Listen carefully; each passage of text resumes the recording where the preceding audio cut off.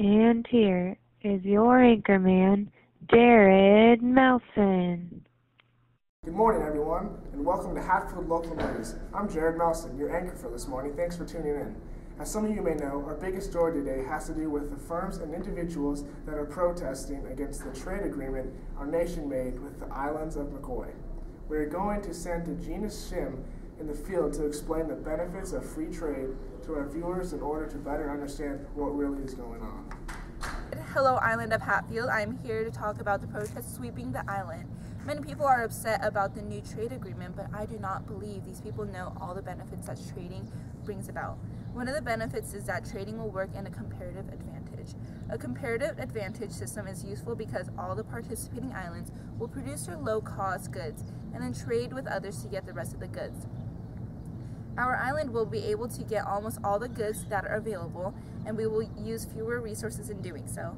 Trading also allows for specialization. Specialization is a good thing because we will be able to train people to do certain things, and our productivity will increase because we will be spending fewer hours on the same amount of goods. Back to you, Jared. Thanks, Gina. Just to clarify, comparative advantage is very different than absolute advantage. Absolute advantage means only that a country produces goods using fewer resources than others, and comparative advantage takes the opportunity cost in mind.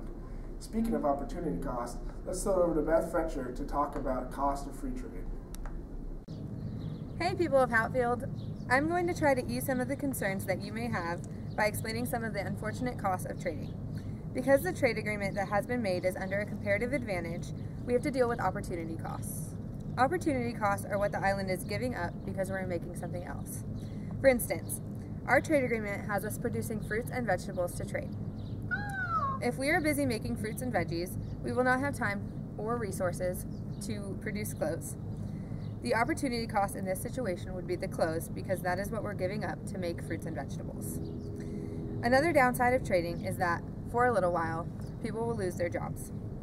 People are not robots. They cannot be reprogrammed to do something new overnight. However, in the long run, specialization will increase production and people will begin to get their jobs back so that we can continue to keep production high. Another concern from our people of the nation deals with the environment. There will be resources left over from trade and specialization, but they can be used for other things. We will also be careful not to give away any secrets for survival or weapons when we are trading with other islands. Thanks, Jared. Back to you. Wow, thanks, Beth. So, as you can probably see, trade in the long run is going to give us many options.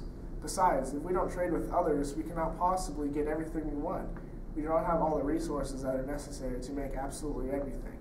Let's take a commercial break, but don't go anywhere. After the break, we have Llamas Gone Wild. We will be right back after these short messages. You want to get big as me?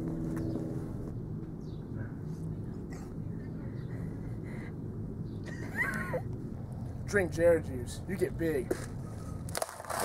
Are